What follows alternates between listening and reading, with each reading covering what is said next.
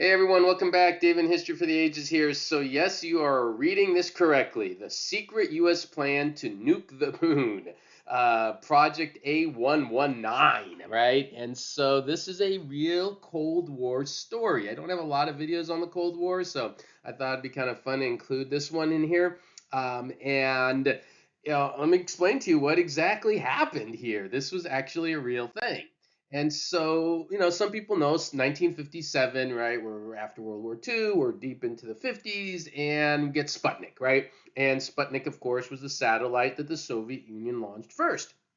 And when the US saw that, they were like, uh-oh, what's going on? The US was caught very off guard. It showed that the Soviets had amazing rocket technology. And the Americans were like, oh, we got to do something, right? So much of the space race was really driven by Cold War politics. And so they thought we need to do something bigger and better. And I'm sure a lot of you thinking, oh, sure, moon landing. But no, they actually had another idea.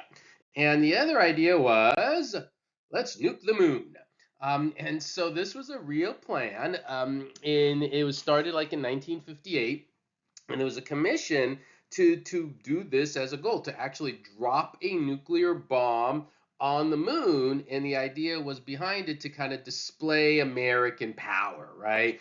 It was to use an ICBM, intercontinental ballistic missile, and the idea is that it would explode kind of in the terminator area of the moon between the light and the dark side, and it would create this big dust cloud, and it would send a message to the Soviet Union, hey, we are the strongest power even in space.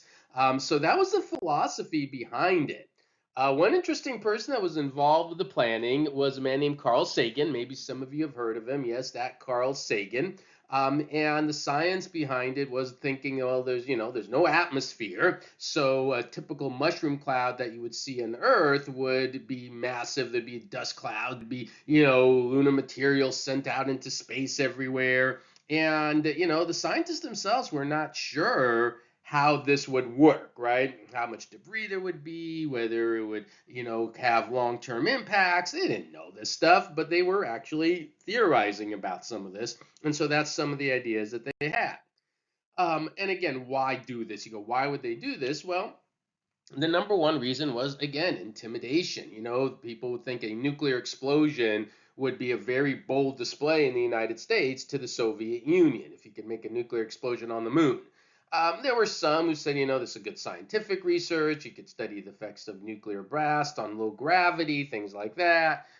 Military strategy, of course, studying kind of how it all worked. But the major motivation was to send a message to the Soviet Union. So why didn't it happen, right? Of course, this never happened. And the same Carl Sagan who was even involved in it, they had ethical concerns about this. They said, this may not resonate well with the public, and it may not resonate well with scientific community. There was that. There was just kind of this PR thing. A second thing was the risks. People didn't know what the real risks would be. I mean, what would happen? Would you radiate the moon and then you have contamination of the moon? I mean, I'm sure they had all these ideas that they didn't know. And of course, they finally decided that would be something better to do. And that something better to do was, of course, go to the moon. And so that's, of course, how we ended up with the Apollo program, which was a big part of the space race. And so, this is kind of a cool little Cold War story. Not a lot of people know about it, something a little bit different. I have a short playlist on the Cold War you could watch here, and some other really interesting videos. One of my most popular videos is on the Samson option, which is also nuclear bomb related, but a completely different story. I'll leave the link, the image here. You could watch it too. All right, everyone. Thank you for watching. I hope you found that little short video interesting. Everyone have a great day.